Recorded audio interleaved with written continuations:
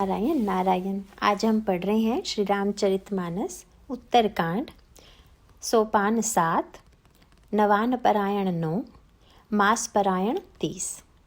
मैं हट करके भक्ति पक्ष पर अड़ा रहा, जिससे महर्षि लोमश ने मुझे शाप दिया, परंतु उसका फल यह हुआ कि जो मुनियों को भी दुर्लभ है वह वरदान मैंने पाया। भजन का प्रताप तो देखिए।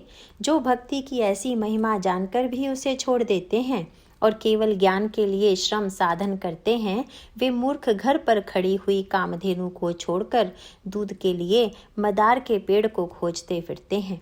हे पक्षीराज, सुनिए, जो लोग श्रीहरि की भक्ति को छोड़कर दूसरे उपायों से सुख चाहते हैं, वे मूर्ख और जड़ करने वाले अभागे बिना ही जहाज के तैरकर महासमुद्र के पार जाना चाहते हैं।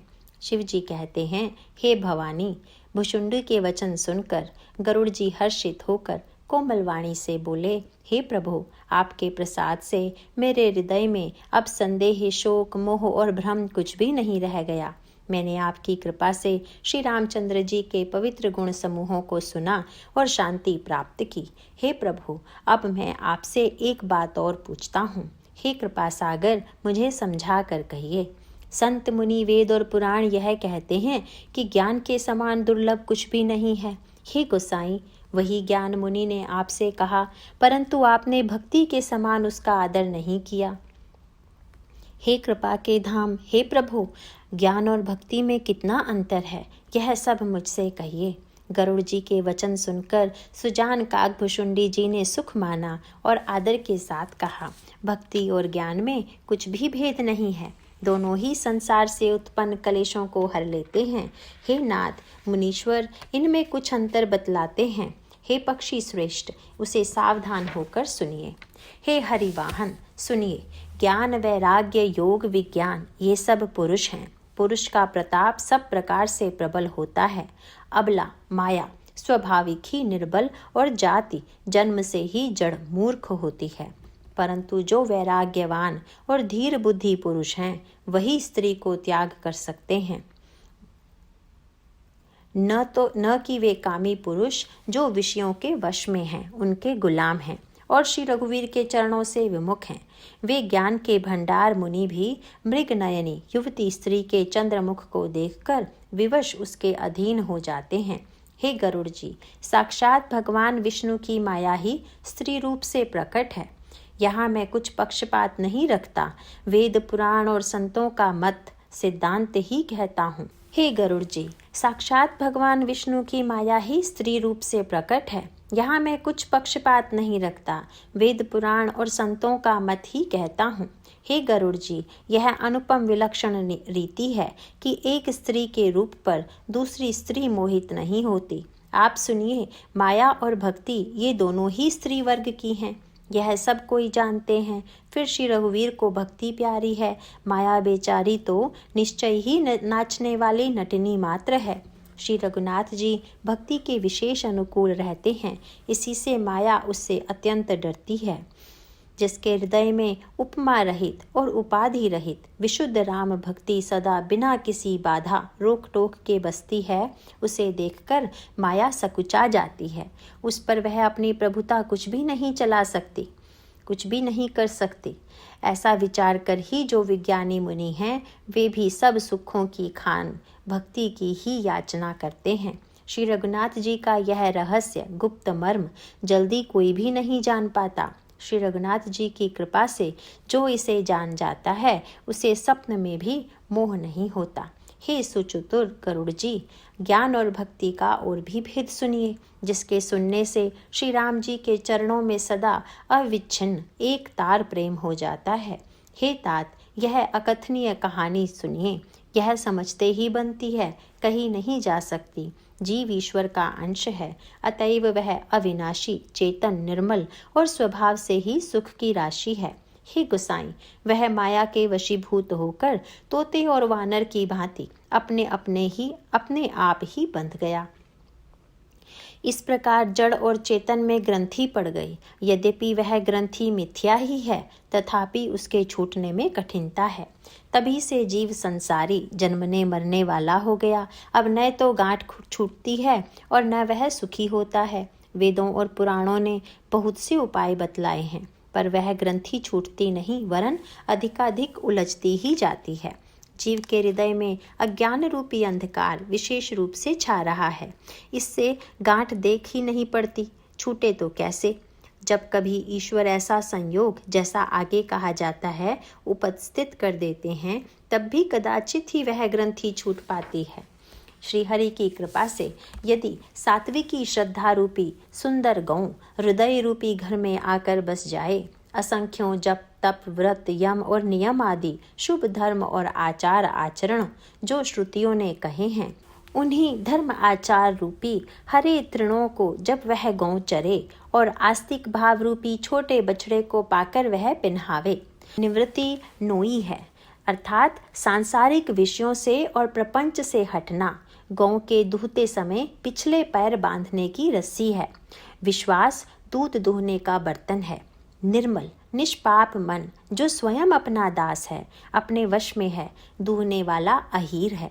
हे भाई, इस प्रकार धर्माचार में प्रवृत्त सात्विकी श्रद्धा रूपी गौ से भाव निवृत्ति और वश में किए हुए निर्मल मन की सहायता से परम धर्ममय दूध दूह कर उसे निष्काम भाव रूपी अग्नि पर भली भांति औटावें। फिर क्षमा और संतोष रूपी हवा से उसे ठंडा करें और धैर्य तथा शम मन का निग्रह रूपी जामन देकर उसे जमावें। तब मुदिता प्रसन्नता रूपी कमोरी में तत्व विचार रूपी मथानी से दम के आधार पर दम्भ रूपी खंबे आदि के सहारे सत्य और सुंदर वाणी रूपी रस्सी लगाकर उसे मथें और मथ कर तब उसमें से निर्मल सुंदर और अत्यंत पवित्र वैराग्य रूपी मक्खन निकाल लें।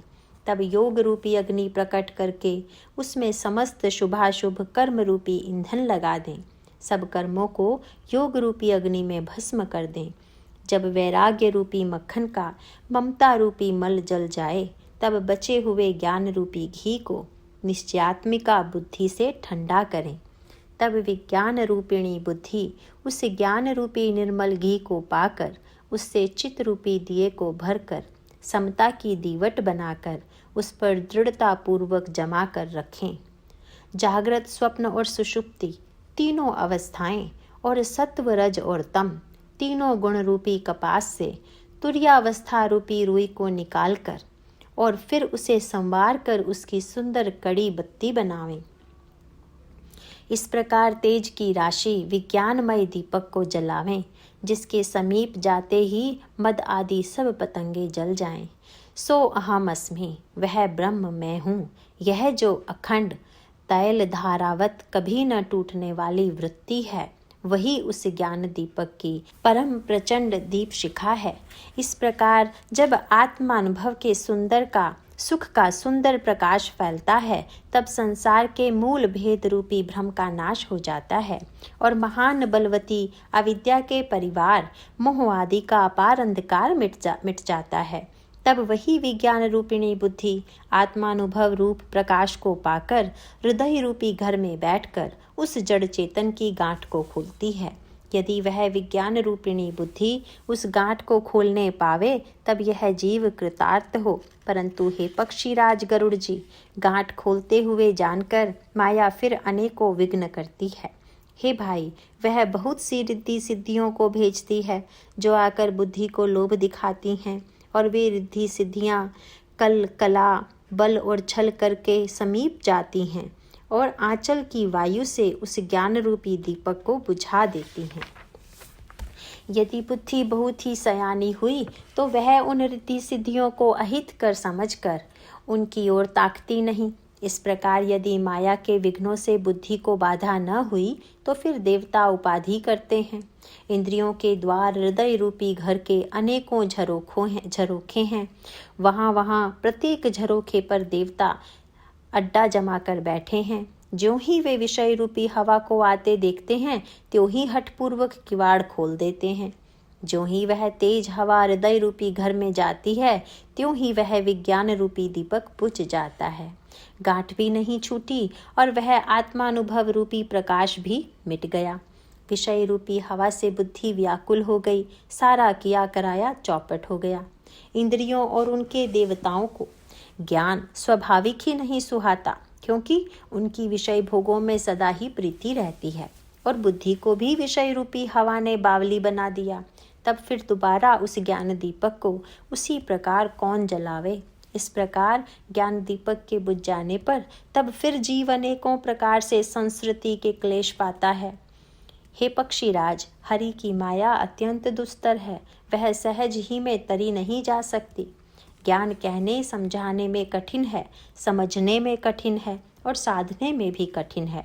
यदि गुणाक्षर न्याय से संयोगवश कदाचित यह ज्ञान हो भी जाए तो फिर उसे बचाए रखने में अनेकों विघ्न हैं। ज्ञान का मार्ग कृपाण दुधारी तलवार की धार के समान है। हे पक्षीराज, इस मार्ग से गिरते देर नहीं लगती। जो इस मार्ग को निर्विघ्न निभा ले जाता है वही कैवल्य मोक्ष रूपी परम पद को प्राप्त करता है। संत, पुराण, वेद और तंत्र आदि शास्त्र सब यही कहते हैं कि कैवल्य रूप परम पद अत्यंत दुर्लभ है, किंतु हे गोसाई, वही अत्यंत दुर्लभ मुक्ति श्री राम जी को भजने से बिना इच्छा किए भी जबरदस्ती आ जाती है। जैसे स्थल के बिना जल नहीं रह सकता, चाहे कोई करोड़ों प्रकार के उपाय क्यों न करे, वैसे ही हे पक्षीराज सुनिए, मोक्ष सुख भी श्री हरि की भक्ति को छोड़कर नहीं रह सकता। ऐसा विचार कर बुद्धिमान हरि भक्त भक्ति पर लुभाए रहकर मुक्ति का तिरस्कार कर देते हैं। भक्ति करने से संस्कृति जन्म मृत्यु रूप संसार की जड़ अविद्या बिना ही यत्न और परिश्रम के अपने आप वैसे ही नष्ट हो जाती है, जैसे भोजन किया तो जाता है तृप्ति के लिए और उस भोजन को जठराग्नि अपने आप बिना हमारी चेष्टा के पचा डालती है। ऐसी सुगम और परम सुख देने वाली हरि भक्ति जिसे न सुहावे, ऐसा मूढ़ कौन होगा। हे सर्पों के शत्रु गरुड़ जी, मैं सेवक हूँ और भगवान मेरे सेव्य स्वामी हैं। इस भाव के बिना संसार रूपी समुद्र से तरना नहीं हो सकता। ऐसा सिद्धांत विचार कर श्री रामचंद्र जी के चरण कमलों का भजन कीजिए। जो चेतन को जड़ कर देता है और जड़ को चेतन कर देता है, ऐसे समर्थ श्री रघुनाथ जी को जो जीव भजते हैं वे धन्य हैं। मैंने ज्ञान का सिद्धांत समझा कर कहा, अब भक्ति रूपी मणि की प्रभुता महिमा सुनिए। श्री राम जी की भक्ति सुंदर चिंतामणि है। हे गरुड़ जी, यह जिसके हृदय के अंदर बसती है वह दिन रात अपने आप ही परम प्रकाश रूप रहता है। उसको दीपक, घी और बत्ती कुछ भी नहीं चाहिए। इस प्रकार मणि का एक तो स्वाभाविक प्रकाश रहता है, फिर मोह रूपी दरिद्रता समीप नहीं आती, क्योंकि मणि स्वयं धन रूप है, और तीसरे लोभ रूपी हवा उस मणिमय दीप को बुझा नहीं सकती, क्योंकि मणि स्वयं प्रकाश रूप है। वह किसी दूसरे की सहायता से नहीं प्रकाश करती। उसके प्रकाश से अविद्या का प्रबल अंधकार मिट जाता है। मदादी पतंगों का सारा समूह हार जाता है। जिसके हृदय में भक्ति बसती है, काम, क्रोध और लोभ आदि दुष्ट तो उसके पास भी नहीं जाते। उसके लिए विष अमृत के समान और शत्रु मित्र हो जाता है। उस मणि के बिना कोई सुख नहीं पाता। बड़े बड़े मानस रोग जिनके वश होकर सब जीव दुखी हो रहे हैं, उसको नहीं व्यापते। श्री राम भक्ति रूपी मणि जिसके हृदय में बसती है, उसके स्वप्न में भी लेश मात्र दुख नहीं होता। जगत में वे ही मनुष्य चतुरों के शिरोमणि हैं जो उस भक्ति रूपी मणि के लिए भली भांति यत्न करते हैं। यद्यपि वह मणि जगत में प्रत्यक्ष है, प्रकट है, पर बिना श्री राम जी की कृपा के उसे कोई पा नहीं सकता। उसके पाने के उपाय भी सुगम ही हैं, पर अभागे मनुष्य उन्हें ठुकरा देते हैं। वेद पुराण पवित्र पर्वत हैं। श्री राम जी की नाना प्रकार की कथाएं उन पर्वतों में सुंदर खाने हैं। संत पुरुष उनकी इन खानों के रहस्य को जानने वाले मर्मी हैं और सुंदर बुद्धि खोदने वाली कुदाल है। हे गरुड़ जी, ज्ञान और वैराग्य ये दो उनके नेत्र हैं। जो प्राणी उसे प्रेम के साथ खोजता है, वह सब सुखों की खान इस भक्ति रूपी मणि को पा जाता है। हे प्रभु, मेरे मन में तो ऐसा विश्वास है कि श्री राम जी के दास श्री राम जी से भी बढ़कर हैं। श्री राम जी समुद्र हैं तो धीर संत पुरुष मेघ हैं। श्री हरि चंदन के वृक्ष हैं तो संत पवन हैं। सब साधनों का फल सुंदर हरि भक्ति ही है। उसे संत के बिना किसी ने नहीं पाया। ऐसा विचार कर जो भी संतों का संग करता है, हे गरुड़ जी, उसके लिए श्री राम जी की भक्ति सुलभ हो जाती है। ब्रह्म वेद समुद्र हैं, ज्ञान मंदराचल है और संत देवता हैं, जो उस समुद्र को मथ कर कथा रूपी अमृत निकालते हैं, जिसमें भक्ति रूपी मधुरता बसी रहती है। वैराग्य रूपी ढाल से अपने को बचाते हुए और ज्ञान रूपी तलवार से मद लोभ और मोह रूपी वैरियों को मारकर जो विजय प्राप्त करती है, वह हरि भक्ति ही है। हे पक्षीराज, इसे विचार कर देखिए। पक्षीराज गरुड़ जी फिर प्रेम सहित बोले, हे कृपालु, यदि मुझ पर आपका प्रेम है तो हे नाथ, मुझे अपना सेवक जानकर मेरे 7 प्रश्नों के उत्तर बखान कर कहिए। हे नाथ, हे धीर बुद्धि, पहले तो यह बताइए कि सबसे दुर्लभ कौन सा शरीर है, फिर सबसे बड़ा दुख कौन है और सबसे बड़ा सुख कौन है, यह भी विचार कर संक्षेप में ही कहिए। संत और असंत का मर्म आप जानते हैं, उनके सहज स्वभाव का वर्णन कीजिए। फिर कहिए कि श्रुतियों में प्रसिद्ध सबसे महान पुण्य कौन सा है और सबसे महान भयंकर पाप कौन है। फिर मानस रोगों को समझा कर कहिए, आप सर्वज्ञ हैं और मुझ पर आपकी कृपा भी बहुत है। काकभुशुंडी जी ने कहा, हे तात, अत्यंत आदर और प्रेम के साथ सुनिए, मैं यह नीति संक्षेप से कहता हूँ। मनुष्य शरीर के समान कोई शरीर नहीं है। चर अचर सभी जीव उसकी याचना करते हैं। यह मनुष्य शरीर नरक, स्वर्ग और मोक्ष की सीढ़ी है तथा कल्याणकारी ज्ञान, वैराग्य और भक्ति को देने वाला है। ऐसे मनुष्य शरीर को प्राप्त करके भी जो लोग श्री हरि का भजन नहीं करते और नीच से भी नीच विषयों में अनुरक्त रहते हैं, वे पारस मणि को हाथ से फेंक देते हैं और बदले में कांच के टुकड़े ले लेते हैं। जगत में दरिद्रता के समान दुख नहीं है और संतों के मिलन के समान जगत में सुख नहीं है। और हे पक्षीराज, मन, वचन और शरीर से परोपकार करना, यह संतों का सहज स्वभाव है। संत दूसरों की भलाई के लिए दुख सहते हैं और अभागे असंत दूसरों को दुख पहुंचाने के लिए। कृपालु संत भोज के वृक्ष के समान दूसरों के हित के लिए भारी विपत्ति सहते हैं, अपनी खाल तक उधड़वा लेते हैं, किंतु दुष्ट लोग सन की भांति दूसरों को बांधते हैं और उन्हें बांधने के लिए अपनी खाल खिंचवा कर विपत्ति सहकर मर जाते हैं।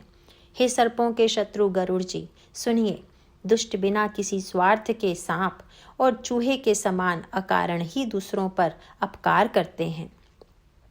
वे पराई संपत्ति का नाश करके स्वयं नष्ट हो जाते हैं, जैसे खेती का नाश करके ओले नष्ट हो जाते हैं।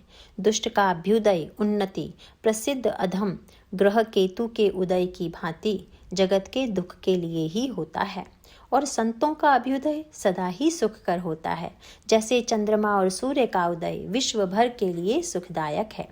वेदों में अहिंसा को परम धर्म माना है और परनिंदा के समान भारी पाप नहीं है। शंकर जी और गुरु की निंदा करने वाला मनुष्य अगले जन्म में मेंढक होता है और वह 1000 जन्म तक वही मेंढक का शरीर पाता है। ब्राह्मणों की निंदा करने वाला व्यक्ति बहुत से नरक भोग कर फिर जगत में कौवे का शरीर धारण करके जन्म लेता है। जो अभिमानी जीव देवताओं और वेदों की निंदा करते हैं, वे रौरव नरक में पड़ते हैं। संतों की निंदा में लगे हुए लोग उल्लू होते हैं, जिन्हें मोह रूपी रात्रि प्रिय होती है और ज्ञान रूपी सूर्य जिनके लिए बीत गया अस्त हो गया रहता है। जो मूर्ख मनुष्य सबकी निंदा करते हैं, वे चमगादड़ होकर जन्म लेते हैं। हे तात, अब मानस रोग सुनिए, जिनसे सब लोग दुख पाया करते हैं। सब रोगों की जड़ मोह है। उन व्याधियों से फिर और बहुत से शूल उत्पन्न होते हैं। काम वात है, लोभ अपार कफ है और क्रोध पित्त है, जो सदा छाती जलाता रहता है। यदि कहीं ये तीनों भाई वात, पित्त और कफ प्रीति कर लें, मिल जाएं, तो दुखदायक सन्निपात रोग उत्पन्न होता है। कठिनता से प्राप्त पूर्ण होने वाले विषयों के मनोरथ हैं, वे ही सब शूल कष्टदायक रोग हैं। उनके नाम कौन जानता है, अर्थात वे अपार हैं। ममता दाद है, ईर्ष्या खुजली है, हर्ष विषाद गले के रोगों की अधिकता है, गलगंड, कंठमाला या घेंगा आदि रोग हैं। पराये सुख को देखकर जो जलन होती है वही क्षयी है। दुष्टता और मन की कुटिलता ही कोढ़ है। अहंकार अत्यंत दुख देने वाला डमरू रोग है, अर्थात गांठ का रोग है। दंभ, कपट, मद और मान नहरुआ नसों का रोग है। तृष्णा बड़ा भारी उदर वृद्धि जलोदर रोग है। 3 प्रकार पुत्र, धन और मान की प्रबल इच्छाएं प्रबल तिजारी हैं। मत्सर और अविवेक 2 प्रकार के ज्वर हैं। इस प्रकार अनेकों बुरे रोग हैं जिन्हें कहाँ तक कहूँ। एक ही रोग के वश होकर मनुष्य मर जाते हैं, फिर ये तो बहुत से असाध्य रोग हैं। यह जीव को निरंतर कष्ट देते रहते हैं। ऐसी दशा में वह शांति को कैसे प्राप्त करे। नियम, धर्म, आचार, तप, ज्ञान, यज्ञ, जप, दान तथा और भी करोड़ों औषधियां हैं, परंतु हे गरुड़ जी, उनसे ये रोग नहीं जाते। इस प्रकार जगत में समस्त जीव रोगी हैं, जो शोक, हर्ष, भय, प्रीति और वियोग के दुख से और भी दुखी हो रहे हैं। मैंने ये थोड़े से मानस रोग कहे हैं, ये हैं तो सबको, परंतु इन्हें जान पाए हैं कोई विरले ही। प्राणियों को जलाने वाले ये पापी रोग जान लिए जाने से कुछ क्षीण अवश्य हो जाते हैं, परंतु नाश को नहीं प्राप्त होते। विषय रूप कुपथ्य पाकर ये मुनियों के हृदय में भी अंकुरित हो उठते हैं। तब बेचारे साधारण मनुष्य तो क्या चीज हैं। यदि श्री राम जी की कृपा से इस प्रकार का संयोग बन जाए तो ये सब रोग नष्ट हो जाएं। सद्गुण रूपी वैद्य के वचन में विश्वास हो, विषयों की आशा न करें, यही संयम हो। श्री रघुनाथ जी की भक्ति संजीवनी जड़ी है। श्रद्धा से पूर्ण बुद्धि ही अनुपान है, अर्थात दवा के साथ लिया जाने वाला मधु है। इस प्रकार संयोग हो तो वे रोग भले ही नष्ट हो जाएं, नहीं तो करोड़ों प्रयत्नों से भी नहीं जाते। हे गोसाई, मन को निरोग हुआ तब जानना चाहिए जब हृदय में वैराग्य का बल बढ़ जाए, उत्तम बुद्धि रूपी भूख नित नई बढ़ती रहे और विषयों की आशा रूपी दुर्बलता मिट जाए। इस प्रकार सब रोगों से छूटकर जब मनुष्य निर्मल ज्ञान रूपी जल में स्नान कर लेता है, तब उसके हृदय में राम भक्ति छा रहती है। शिवजी, ब्रह्मा जी, शुकदेव जी, सनक आदि और नारद आदि ब्रह्म विचार में परम निपुण जो मुनि हैं, हे पक्षीराज, उन सब का मत यही है कि श्री राम जी के चरण कमलों में प्रेम करना चाहिए। श्रुति, पुराण और सभी ग्रंथ कहते हैं कि श्री रघुनाथ जी की भक्ति के बिना सुख नहीं है। कछुए की पीठ पर भले ही बाल उग आवे, बांझ का पुत्र भले ही किसी को मार डाले, आकाश में भले ही अनेकों प्रकार के फूल खिल उठें, परंतु श्रीहरि से विमुख होकर जीव सुख नहीं प्राप्त कर सकता। मृग तृष्णा के जल को पीने से भले ही प्यास बुझ जाए, खरगोश के सिर पर भले ही सींग निकल आवे, अंधकार भले ही सूर्य का नाश कर दे, परंतु श्री राम से विमुख होकर जीव सुख नहीं पा सकता। बर्फ से भले ही अग्नि प्रकट हो जाए, ये सब अनहोनी बातें चाहे हो जाएं, परंतु श्री राम से विमुख होकर कोई भी सुखी नहीं हो सकता। जल को मथने से भले ही घी उत्पन्न हो जाए और बालू को पेरने से भले ही तेल निकल आवे, परंतु श्री हरि के भजन बिना संसार रूपी समुद्र से नहीं तरा जा सकता। यह सिद्धांत अटल है। प्रभु मच्छर को ब्रह्मा कर सकते हैं और ब्रह्मा को मच्छर से भी तुच्छ बना सकते हैं। ऐसा विचार कर चतुर पुरुष सब संदेह त्याग कर श्री राम जी को ही भजते हैं। मैं आपसे भली भांति निश्चित किया हुआ सिद्धांत कहता हूँ। मेरे वचन अन्यथा नहीं हैं कि जो मनुष्य श्री हरि का भजन करते हैं वे अत्यंत दुस्तर संसार सागर को सहज ही पार कर जाते हैं। हे नाथ, मैंने श्री हरि का अनुपम चरित्र अपनी बुद्धि के अनुसार कहीं विस्तार से और कहीं संक्षेप में कहा। हे सर्पों के शत्रु गरुड़ जी, श्रुतियों का यही सिद्धांत है कि सब काम भुलाकर छोड़कर श्री राम जी का भजन करना चाहिए। प्रभु श्री रघुनाथ जी को छोड़कर और किसका भजन किया जाए, जिनका मुझ जैसे मूर्ख पर भी ममत्व है। हे नाथ, आप विज्ञान स्वरूप हैं, आप विज्ञान रूप हैं, आपको मोह नहीं है। आपने तो मुझ पर बड़ी कृपा की है।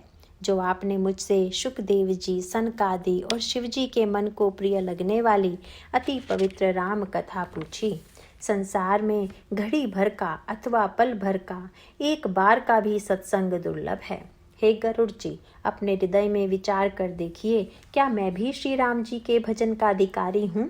पक्षियों में सबसे नीच और सब प्रकार से अपवित्र हूँ, परंतु ऐसा होने पर भी प्रभु ने मुझको सारे जगत को पवित्र करने वाला प्रसिद्ध कर दिया, अथवा प्रभु ने मुझको जगत प्रसिद्ध पावन कर दिया। यद्यपि मैं सब प्रकार से हीन हूँ, तो भी आज मैं धन्य हूँ, अत्यंत धन्य हूँ, जो श्री राम जी ने मुझे अपना निज जन जानकर संत समागम दिया, आपसे मेरी भेंट कराई। हे नाथ, मैंने अपनी बुद्धि के अनुसार कहा, कुछ भी छिपा नहीं रखा, फिर भी श्री रघुवीर के चरित्र समुद्र के समान हैं, क्या उनकी कोई था पा सकता है? श्री रामचंद्र जी के बहुत से गुण समूहों का स्मरण कर करके सुजान भुषुंडी जी बार बार हर्षित हो रहे हैं, जिनकी महिमा वेदों ने नेति नेति कहकर गाई है, जिनका बल प्रताप और प्रभुत्व अतुलनीय है, जिन श्री रघुनाथ जी के चरण शिव जी और ब्रह्मा जी के द्वारा पूज्य हैं, उनकी मुझ पर कृपा होनी उनकी परम कोमलता है। किसी का ऐसा स्वभाव कहीं न सुनता हूँ न देखता हूँ। अतः पक्षीराज गरुड़ जी, मैं श्री रघुनाथ जी के समान किसे गिनूं, किसे समझूं? साधक सिद्ध, जीवन मुक्त, उदासीन, कवि, विद्वान, कर्म रहस्य के ज्ञाता, सन्यासी, योगी, शूरवीर, बड़े तपस्वी, ज्ञानी, धर्मपरायण, पंडित और विज्ञानी, ये कोई भी मेरे स्वामी श्री राम जी का सेवन भजन किए बिना नहीं तर सकते। मैं उन्हीं श्री राम जी को बार बार नमस्कार करता हूँ, जिनकी शरण जाने पर मुझ जैसे पाप राशि भी शुद्ध पाप रहित हो जाते हैं। उन अविनाशी श्री राम जी को मैं नमस्कार करता हूँ, जिनका नाम जन्म मरण रूपी रोग की अव्यर्थ औषध और तीनों भयंकर पीड़ाओं, आदि दैविक, आदि भौतिक और आध्यात्मिक दुखों को हरने वाला है। वे कृपालु श्री राम जी मुझ पर और आप पर सदा प्रसन्न रहें। भुषुंडी जी के मंगलमय वचन सुनकर और श्री राम जी के चरणों में उनका अतिशय प्रेम देखकर संदेह से भली भांति छूटे हुए गरुड़ जी प्रेम सहित वचन बोले। श्री रघुवीर की भक्ति रस में सनी हुई आपकी वाणी सुनकर मैं कृतकृत्य हो गया। श्री राम जी के चरणों में मेरी नवीन प्रीति हो गई और माया से उत्पन्न सारी विपत्ति चली गई। मोहरूपी समुद्र में डूबते हुए मेरे लिए आप जहाज हुए। हे नाथ, आपने मुझे बहुत प्रकार के सुख दिए, परम सुखी कर दिया। इससे मुझसे इसका प्रत्युपकार नहीं हो सकता। मैं तो आपके चरणों की ही बार बार वंदना करता हूँ। आप पूर्ण काम हैं और श्री राम जी के प्रेमी हैं। हे तात, आपके समान कोई बड़भागी नहीं है। संत, वृक्ष, नदी, पर्वत और पृथ्वी, इन सब की क्रिया पराये हित के लिए ही होती है।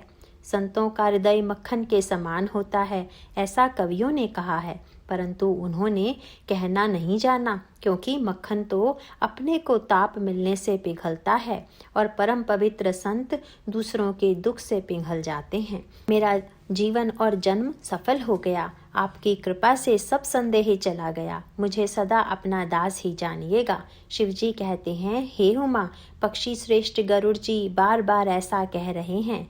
उन भुषुंडी जी के चरणों में प्रेम सहित सिर नवाकर और हृदय में श्री रघुवीर को धारण करके धीर बुद्धि गरुड़ जी तब वैकुंठ को चले गए। हे गिरिजे, संत समागम के समान दूसरा कोई लाभ नहीं है, पर वह संत समागम श्री हरि की कृपा के बिना नहीं हो सकता, ऐसा वेद और पुराण गाते हैं। मैंने यह परम पवित्र इतिहास कहा, जिसे कानों से सुनते ही भवपाश संसार के बंधन छूट जाते हैं और शरणागतों को उनके इच्छानुसार फल देने वाले कल्प वृक्ष तथा दया के समूह श्री राम जी के चरण कमलों में प्रेम उत्पन्न होता है। जो कान और मन लगाकर इस कथा को सुनते हैं, उनके मन, वचन और कर्म, शरीर से उत्पन्न सब पाप नष्ट हो जाते हैं। तीर्थ यात्रा आदि बहुत से साधन, योग, वैराग्य और ज्ञान में निपुणता, अनेकों प्रकार के कर्म, धर्म, व्रत और दान, अनेकों संयम, दम, जप, तप और यज्ञ, प्राणियों पर दया, ब्राह्मण और गुरु की सेवा, विद्या, विनय और विवेक की बड़ाई आदि, जहाँ तक वेदों ने साधन बतलाए हैं, हे भवानी, उन सब का फल श्री हरि की भक्ति ही है। किंतु श्रुतियों में गाई हुई वह श्री रघुनाथ जी की भक्ति श्री राम जी की कृपा से किसी एक विरले ने ही पाई है।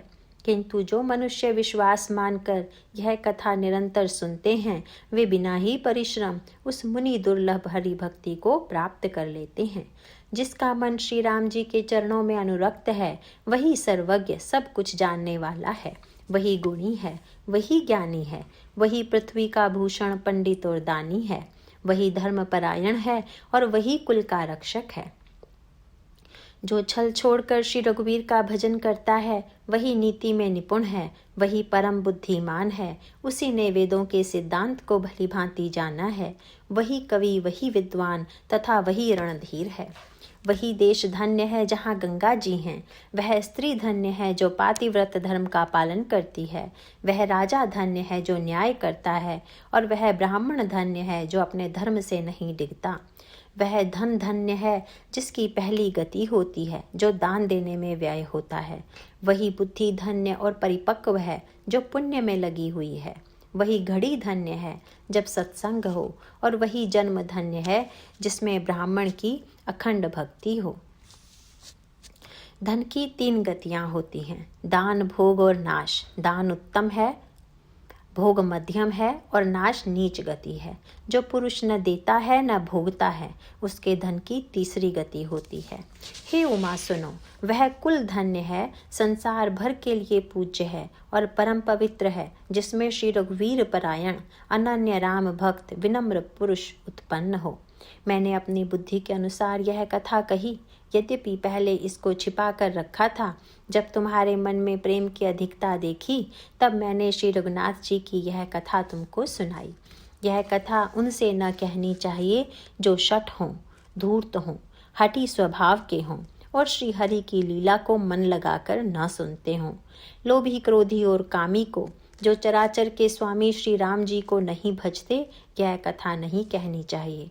ब्राह्मणों के द्रोही को, यदि वह देवराज इंद्र के समान ऐश्वर्यवान राजा भी हो, तब भी यह कथा कभी नहीं सुनानी चाहिए। श्री राम जी की कथा के अधिकारी वे ही हैं जिनको सत्संगति अत्यंत प्रिय है, जिनकी गुरु के चरणों में प्रीति है, जो नीति परायण हैं और ब्राह्मणों के सेवक हैं, वे ही इसके अधिकारी हैं। और उसको तो यह कथा बहुत ही सुख देने वाली है, जिसको श्री रघुनाथ जी प्राण के समान प्यारे हैं।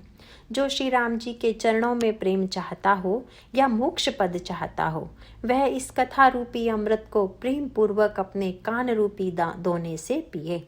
हे गिरिजे, मैंने कलयुग के पापों का नाश करने वाली और मन के मल को दूर करने वाली राम कथा का वर्णन किया।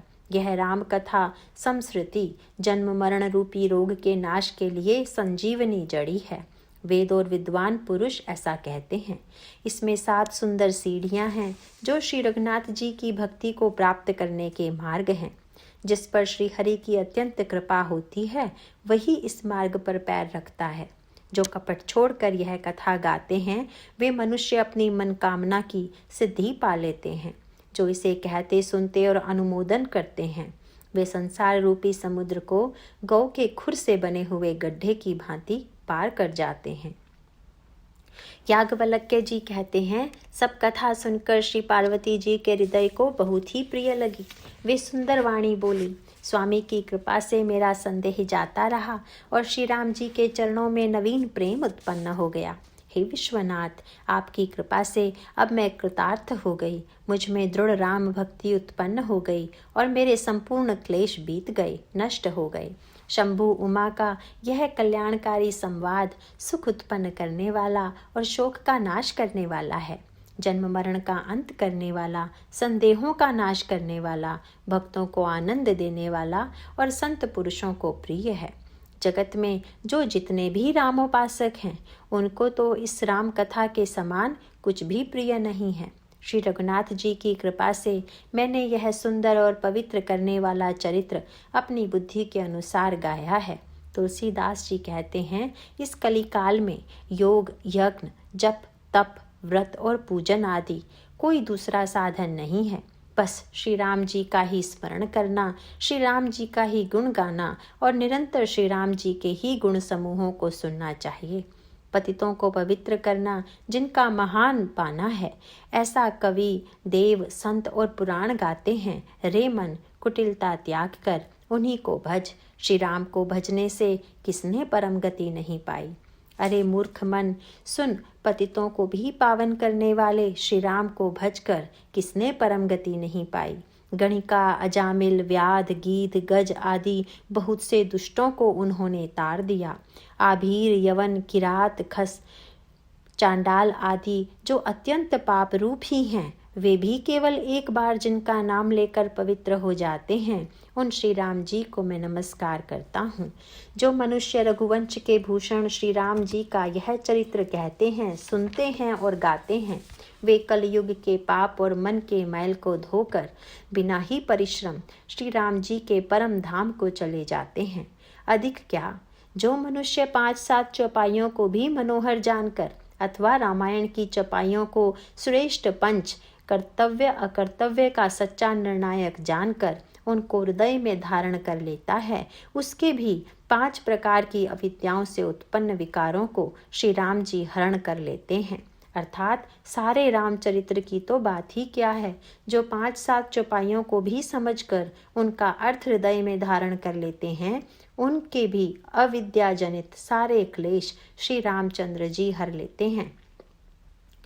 परम सुंदर, सुजान और कृपा निधान तथा जो अनाथों पर प्रेम करते हैं, ऐसे एक श्री राम जी ही हैं। इनके समान निष्काम, निस्वार्थ हित करने वाला, सुहृद और मोक्ष देने वाला दूसरा कौन है। जिनकी लेश मात्र कृपा से मंद बुद्धि तुलसीदास ने भी परम शांति प्राप्त कर ली, उन श्री राम जी के समान प्रभु कहीं भी नहीं है। हे श्री रघुवीर, मेरे समान कोई दीन नहीं है और आपके समान कोई दीनों का हित करने वाला नहीं है। ऐसा विचार कर हे रघुवंश मणि, मेरे जन्म मरण के भयानक दुख का हरण कर लीजिए।